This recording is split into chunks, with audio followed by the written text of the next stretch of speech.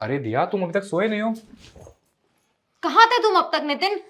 तुम्हारा ऑफिस तो शाम को 6 बजे खत्म होता ना, तो फिर 10 कैसे बज जाते आने में? मुझे अच्छे से पता है कि तुम किसी से मिलके आ रहे हो ना। चक्कर चल रहा है ना तुम्हारा बाहर। बताओ मुझे, किसके साथ मुंह काला कर रहे हो तुम? ना तो मैं तुम्हें छोड़ूंगी और ना ही उसे। दिया, ये क्या बकवास कर रही हो तुम? तुम्हें पता है ना तुम कितना बड़ा इल्जाम लगा रही हो मेरे ऊपर कि किसी से मिल के आ रहा हूं, मेरा चक्कर चल रहा है। हाँ, तुम्हें पता है मैं कहाँ गया था? तुम्हारी माँ से मिल के आ रहा हूं मैं। तुम्हें तो अपनी माँ की बिल्कुल भी फिक्र नहीं है, किस हाल में है वो, कैसी है। तुम कभी कॉल करके पूछते हो उनसे? नितिन, तुम क्यों गए उनसे मिलने? तुम अच्छे से जानते हो कि मुझे वो बिल्कुल नहीं पसंद। और जब मैं बेटी होकर उनसे कोई रिश्ता नहीं रखना चाहती, तो तुम्हें क्या इतनी पड़ी है दामाद होकर उनसे मिलने की? मैंने तुम्हें कितनी बार समझाया कि उनसे दूर रहा करो, ना ही कोई रिश्ता रखो, ना ही कोई बात करो। लेकिन नहीं, तुम्हें होता है जब देखो मुंह उठाया और उनसे मिलने चले गए। ओह, मुझे अब समझ आ रहा है तुम ये सब क्यों कर रहे हो। दिखावा करना है ना तुम्हें, अच्छा बनना है ना तुम्हें उनकी नजरों में। दिया, तुम्हें शर्म नहीं आई अपने माँ के लिए ऐसे बोलते हुए? उन्होंने तुम्हें जन्म दिया, पढ़ाया लिखाया, तुम्हारी शादी करी। अरे क्या कुछ नहीं किया तुम्हारे लिए? अरे तुम्हारे पापा के जाने के बाद में उन्होंने कितनी मेहनत करी कि तुम्हें कभी किसी चीज की कमी ना हो। अरे तुम्हारी शादी करवाई और शादी के लिए सारा पैसा जोड़ा।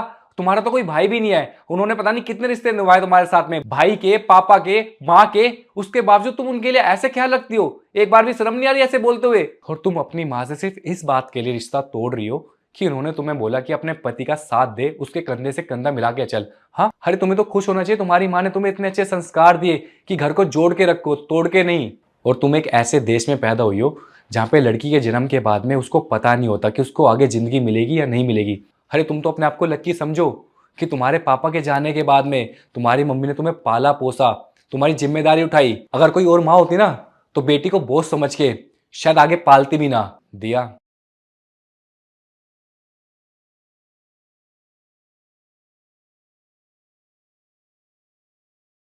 और माना कि कभी कभार माँ बाप गलत होते हैं, पर ऐसे बच्चे को उनसे रिश्ता नहीं तोड़ना चाहिए। और वैसे तुम्हारे वाले केस में तुम्हारी माँ की कोई गलती नहीं है, उन्होंने तुम्हें अच्छी शिक्षा दी है। उसके बावजूद भी जो तुम उनसे रिश्ता तोड़ने की सोच रख रही हो ना, बहुत ज़्यादा गलत है। सोचो, कल को तुम्हारी बेटी होगी और वो तुम्हारे साथ में ऐसा करे तो तुम्हें कितना गंदा फील होगा। गंदा फील होगा ना। और तुम्हें पता है मैं तुम्हारे घर क्यों गया था? क्योंकि तुम्हारी मम्मी की बहुत ज़्यादा तबीयत खराब है। अरे उनका ख्याल रखने वाला कोई नहीं है। और बीमारी में भी सिर्फ वो तुम्हारे बारे में पूछी थी कि मेरी बेटी दिया कैसी है। अरे तुम्हें ना अभी अपनी माँ की कदर नहीं है। उनसे पूछो जिनकी माँ नहीं है। 6 महीने पहले जब मेरी मम्मी चली गई थी, तुम्हें तो याद है ना, मैं 2 महीने तक डिप्रेशन में था। और तुमने क्या बोला था कि एक दिन तो सबको जाना है। और यहाँ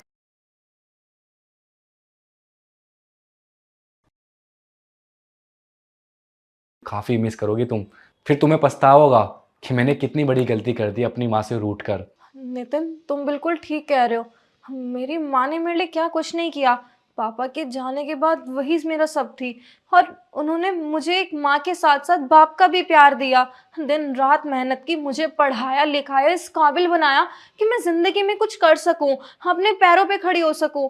वरना आजकल के माँ बाप तो अपनी लड़कियों पर भरोसा तक नहीं करते। और मेरी माँ ने तो मुझ पे भरोसा करके मुझे बाहर पढ़ने लिखने के लिए भी भेजा, यहाँ तक कि जॉब के लिए भी भेजा, ताकि जिंदगी में जब मेरे ऊपर कोई बुरा वक्त आए तो मुझे उनकी तरह इतनी मेहनत ना करनी पड़े। Thank you so much Nitin, मुझे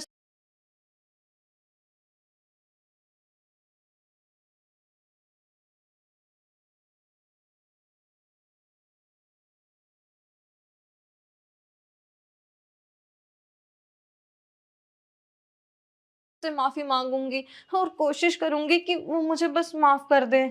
कोई बात नहीं दिया। अच्छी बात यह है कि तुम्हें समय रहते अपनी गलती का एहसास हो गया कि तुम कितनी बड़ी गलती कर रही थी। अब एक काम करते हैं, तुम्हारी मम्मी को वहाँ देखने वाला कोई नहीं है, यहाँ लाते हैं और उनकी अच्छे से सेवा करेंगे। ठीक है, चलो।